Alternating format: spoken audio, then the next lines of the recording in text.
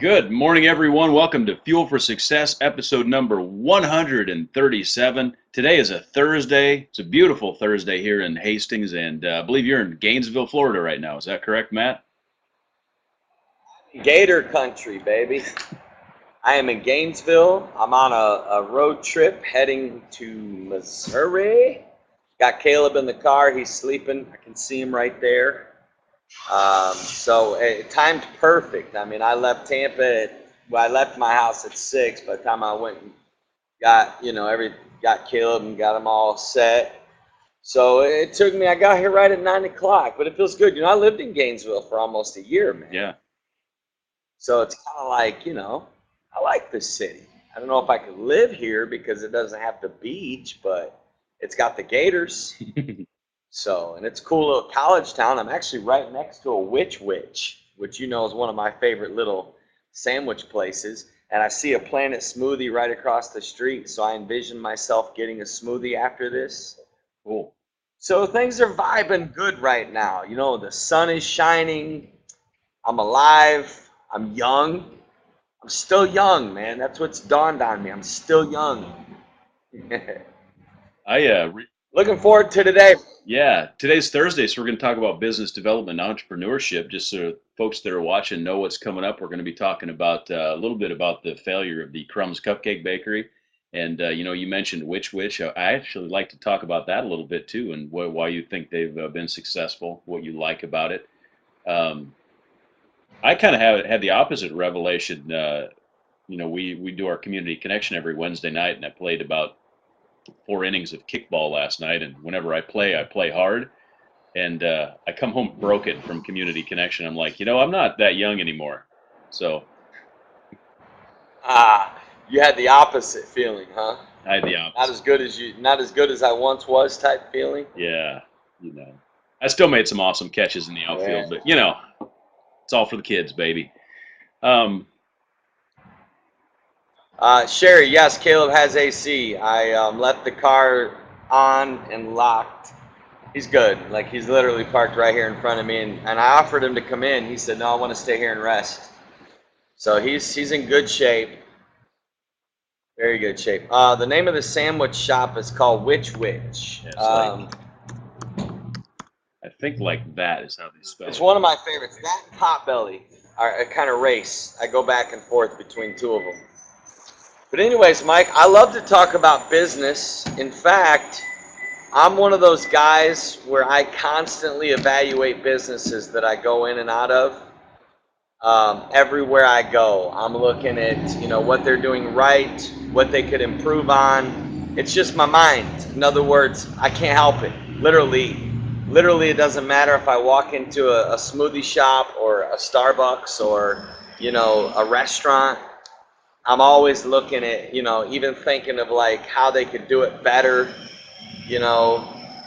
why I think a business is succeeding and why I think a business is failing. For example, you take a company like Chick-fil-A, Chick-fil-A to me is at the top. But I love there's something about you. I've never personally, ever gone into a Chick-fil-A and met a bad worker, ever. I've never walked in and met somebody that dragged their feet or that was rude or distant or indifferent. So I can tell you this, Chick-fil-A is dominating when it comes to training their employees for excellence. I've never, ever heard an employee forget to say my pleasure. They must drill that in them. And believe me, because my son loves Chick-fil-A, I've been to a lot of them. I just think there's something to be said about that. But anyway, so I love this show. I love our business and entrepreneurship show. It's fun to talk business. It's fun to help young entrepreneurs out there. It's fun to help people that are thinking about starting a business or taking over a failing business or trying to take their current business and grow. So yeah, we're going to talk a little bit about Crumbs today. What are your thoughts about it so far, Mike? Well, a little background for people that maybe don't know about it. Crumbs Bake Shop was I think it was the third bakery in the U.S. that it was started on the Upper East Side of Manhattan, as far as I understand, and it was one of like the third bakery in the whole U.S. that specialized in cupcakes. And then apparently there was some TV shows and things that popularized cupcakes. They really got on that wave, and they grew very quickly. Went public in 2011, and on Monday they had 48 stores nationwide and closed every one of them. All the employees are gone. The entire company went basically belly up and closed. And I've never personally been to one of their stores. Have you been? I have been, and I gotta be honest. I remember going into a Crumbs and not being impressed. And I'm a cupcake, like, I could be a cupcake critic. So I remember the hype about Crumbs. I remember everybody saying how amazing it was, and I'm being brutally honest here. I've been in it twice, and both times I remember walking away less than satisfied. Like the cupcakes were not moist, they didn't seem fresh.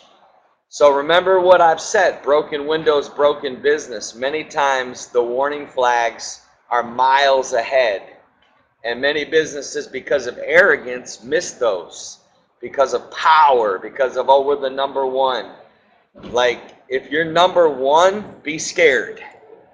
Not scared, but that means you got to work harder, because people that are number one fall harder, believe it or not. When people have an expectation of excellence and you stop producing that excellence, a lot of businesses that's funny right there. A lot of businesses, which by the way, I don't eat cupcakes a lot at all. In fact, it's literally been probably literally 4 months since I've had one. Um, I love them. I appreciate them. But anyways, Mike, like if you'll notice, like when you walk into a business, you can just tell. Like Starbucks, I'm going to give you a case in point with Starbucks. They were going down. They really were going down. Like how I feel about Apple. I literally believe Apple is going down. I know people don't believe it, but I'm telling you right now, I can see a difference in Apple just in the last year. I can see a total difference, 100% difference. And it's those small differences that we all start to see that, believe it or not, are the cause of a lot of business brand failures. So we're going to talk about that. First thing I want to ask you is, just from one little bit you might have gathered, um, why do you think Crumbs closed? Well, from a purely business standpoint, and I can't really necessarily relate as a customer. I'm going to ask you to compare and contrast in a minute a Crumbs versus like a Georgetown. But the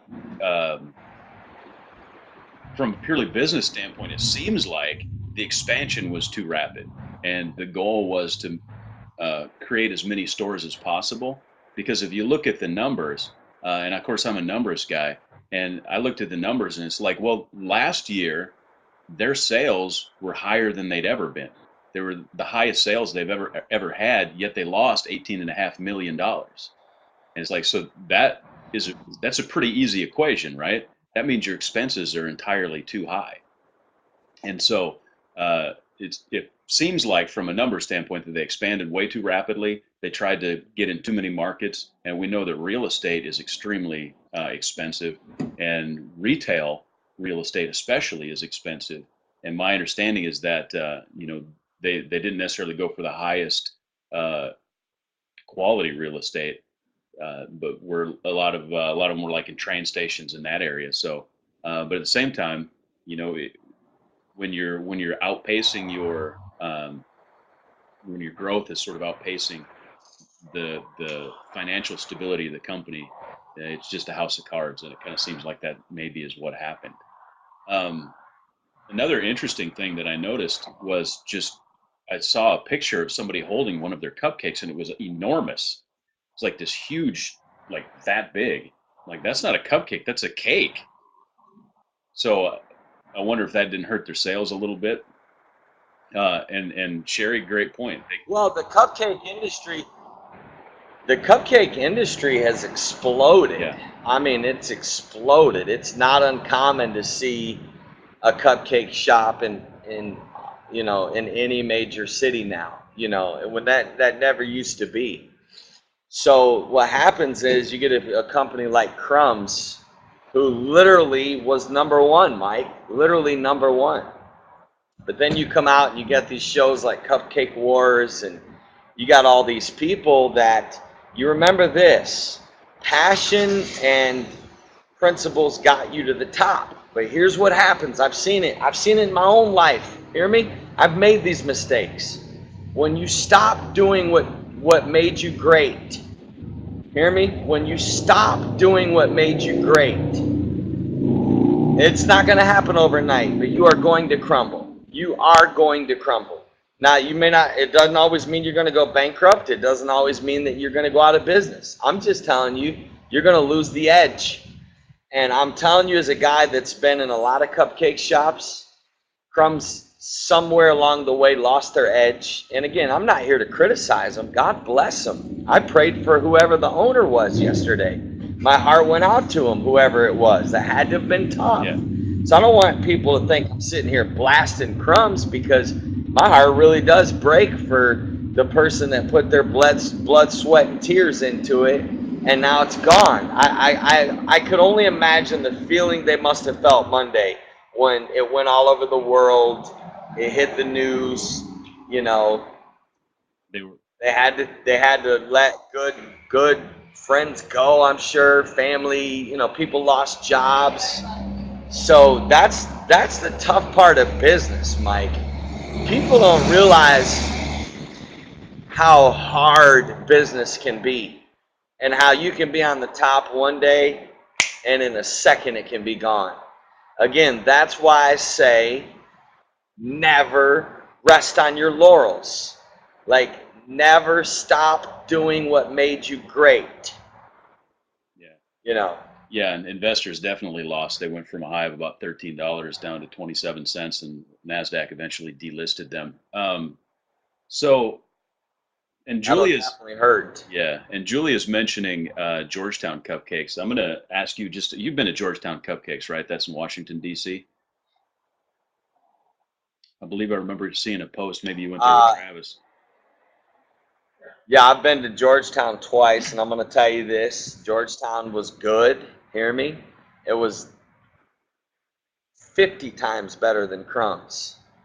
Uh, but I can tell you this, it's still not my favorite. Yeah, what's your favorite? Uh, Georgetown became great because of Oprah.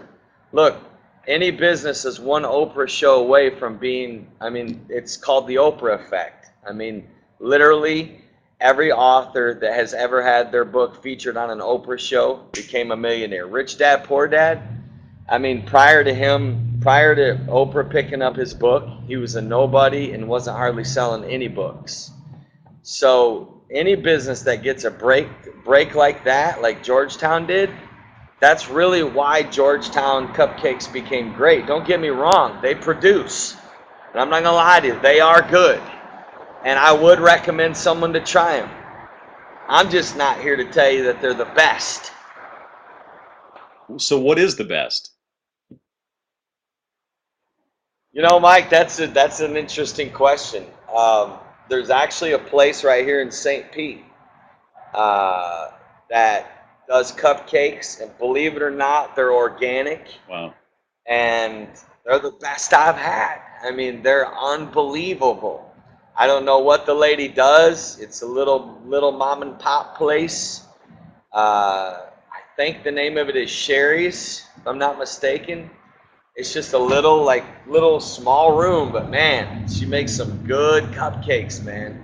So if Oprah walked in there and tried her cupcake, believe you me, she would have more orders than what she could even probably fulfill. And I like what you said, Mike. In your opinion, explain the danger of businesses growing too fast. See, we always talk about growth. We want to grow. We want to succeed. We want to make millions. We want to get out there in the market. We want to dominate the market. But I think if you actually studied Starbucks, you would find out they grew too fast. And that almost was the downfall of Starbucks. They actually had to bring Howard Schultz back. In your opinion, why do you think it's dangerous for businesses to grow too fast? Well, I'll tell you, looking analytically at the data and the numbers from Crumbs, it seems like uh,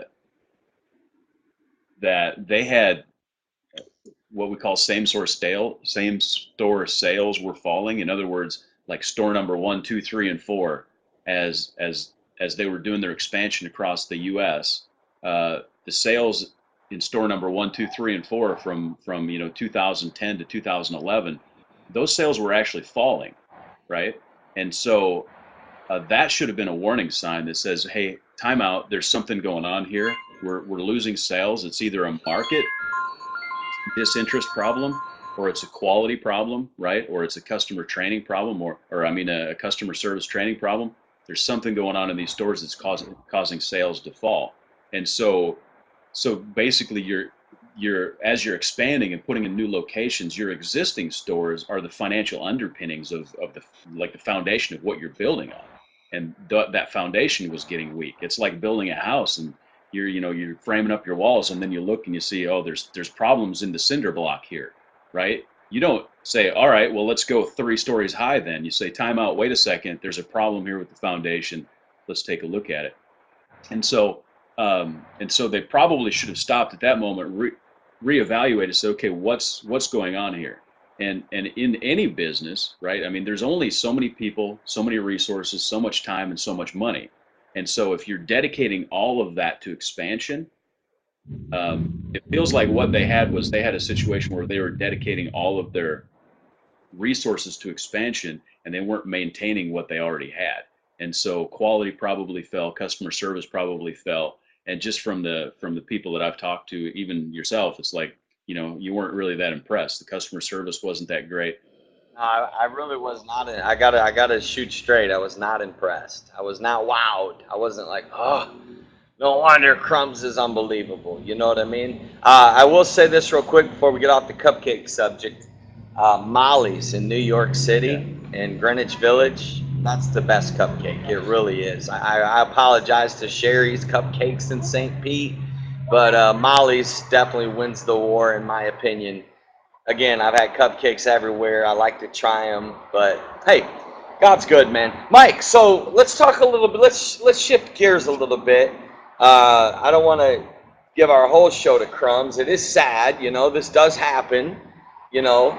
But this is definitely anybody that's in business out there, anybody that's in entrepreneurship, you should always take cases like this and study it and find out why and learn the why, because there are reasons why businesses go out of business.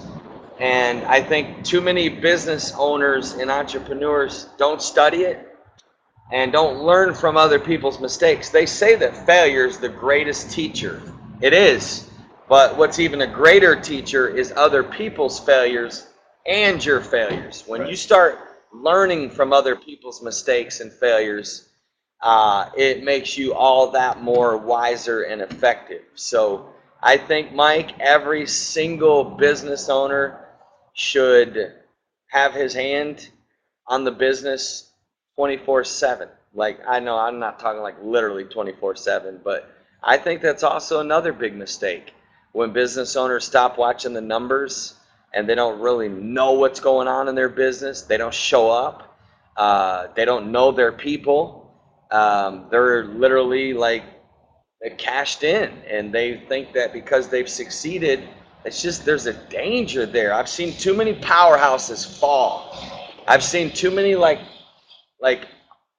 unbelievably at one time successful businesses that are not even in business anymore. You know, case in point, Borders Bookstore, Blockbuster. They were like the leading, like, that is, to me, that's one of the most mind blowing, Talk about things. missing a And trend. anyways, so Hey, what's I said, you that? talk about missing a trend. Blockbuster is the poster child for that. Sherry's asking about Starbucks. I actually wanted to mention Starbucks in relation to Crumbs just briefly. Starbucks, the name is actually from the first mate of the Pequot, which was the ship in Herman Melville's Moby Dick. that's where the name comes from. And of course, it was also a character in Battlestar Galactica. It's my nerd hat. Um, but you know what Starbucks does really well that it seems like Crumbs didn't do, and that's details. Execute on the details. And that's the thing that's what sets Chick-fil-A apart, by the way, is the details. I agree. I wholeheartedly. Even the move of Starbucks to buy Tivana was huge. Like we're seeing a little bit now, but it's coming. I'm telling you right now, that move for Starbucks to buy Tivana was huge. Just wait and see.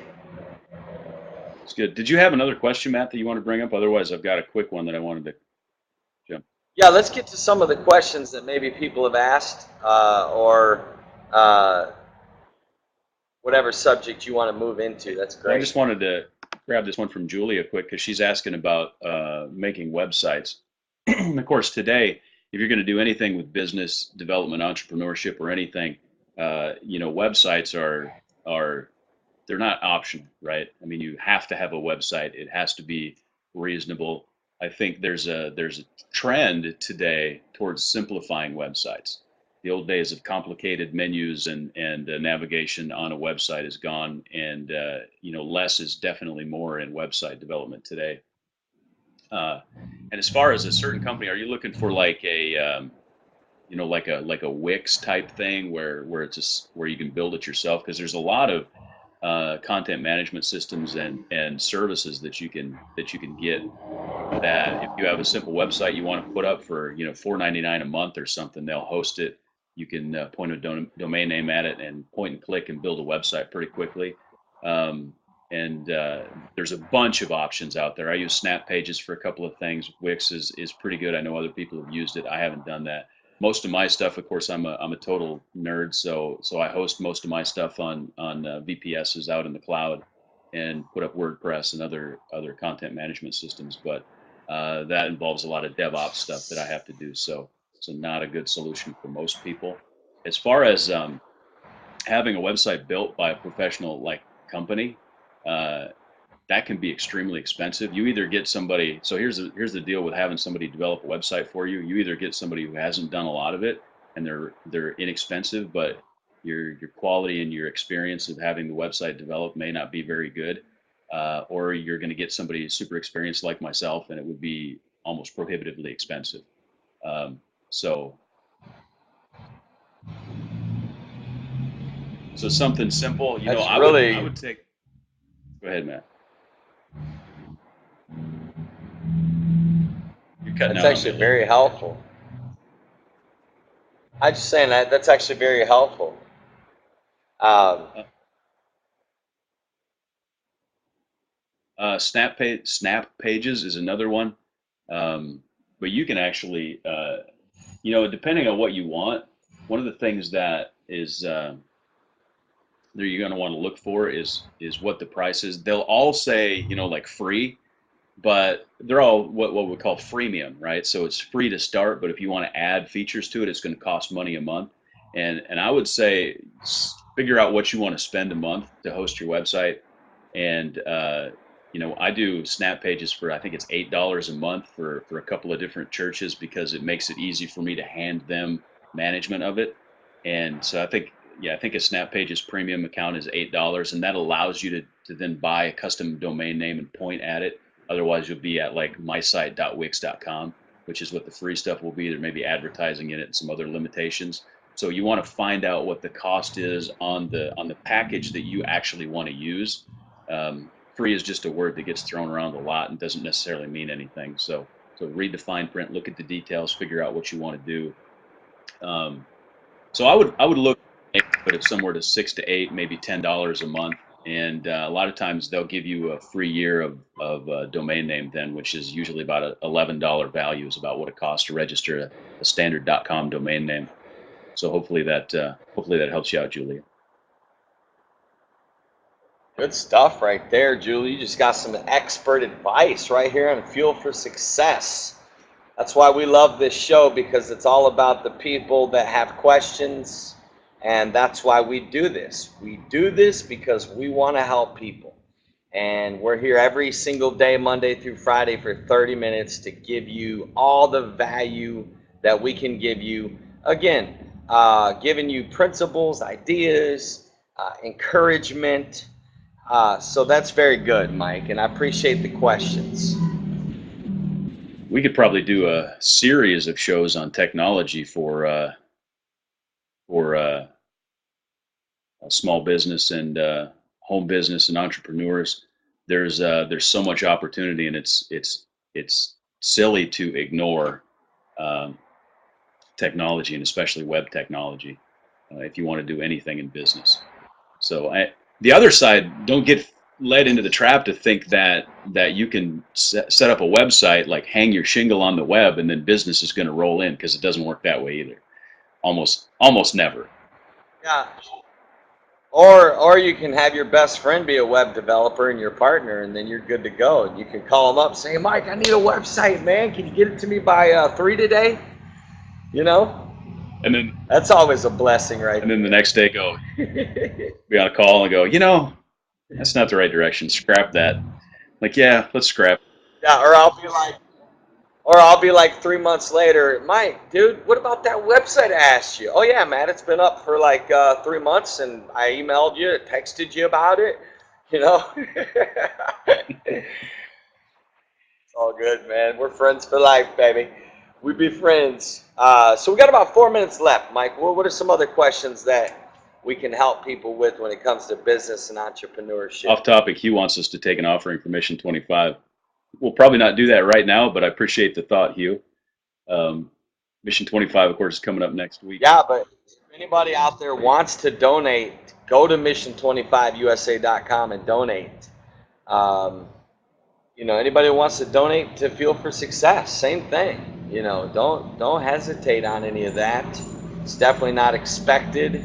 We're not upset when it doesn't happen, but I do believe in giving to causes. So yeah, Mike. So what about let's talk about what we can help people with the last 3 minutes. Tell us what we got. Hang on, I'm putting a link up here.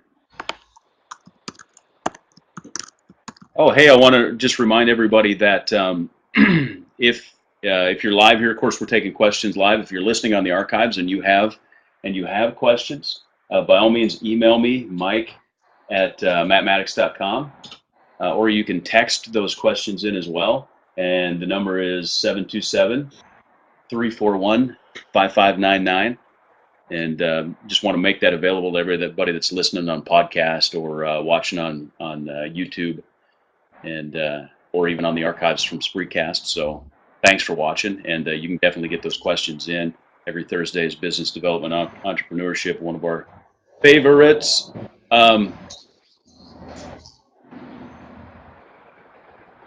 So let me ask you this question then. At the end of the day, you open the show by talking about you like to walk into businesses and sort of do an evaluation, and I do the same thing. And the more business I do, and the more I'm involved in business, the more I look at, what what I feel like businesses could do better, and that sort of thing. When you first walk into a business, let's say it's a place you've never been before, it's a new juicing bar or a coffee shop or something. Although that's not likely to happen because you go to a Starbucks, but just or a new sandwich place like which what do you look for when you first walk in? What are some of the things that you evaluate? Rarely do I ever eat in an empty restaurant, especially if it's during times when it should be full. That's one of the number one things. Second thing I look at, Mike, is I look at the atmosphere of the place. I look at the attitude of the employees. If it's food, I take a look around at the quality.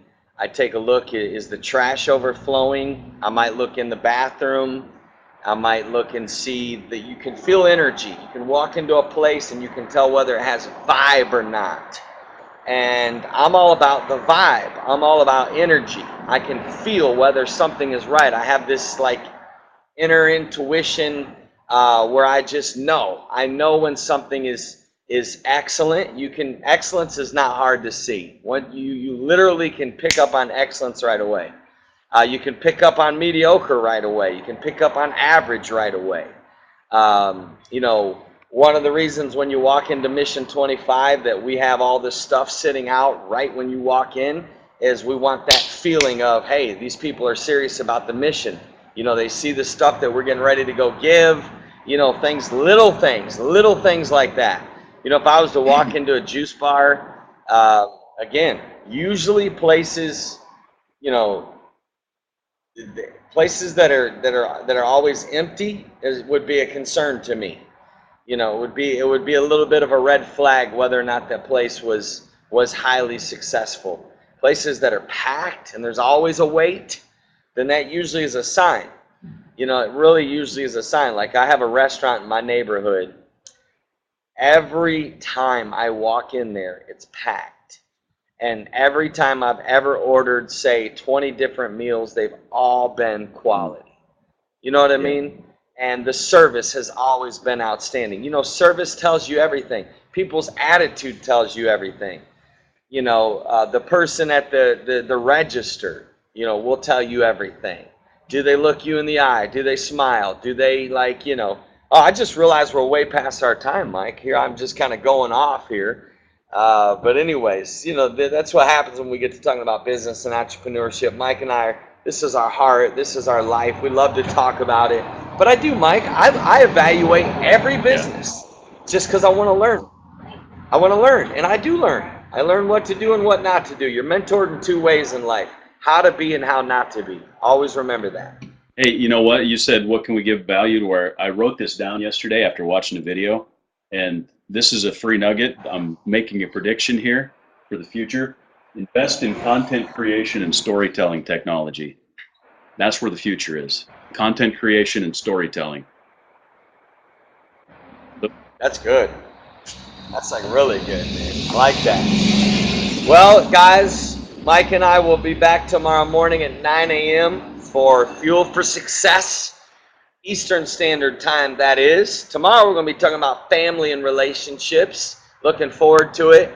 Friends, please, if this show brings value to you, you owe it to people to give back.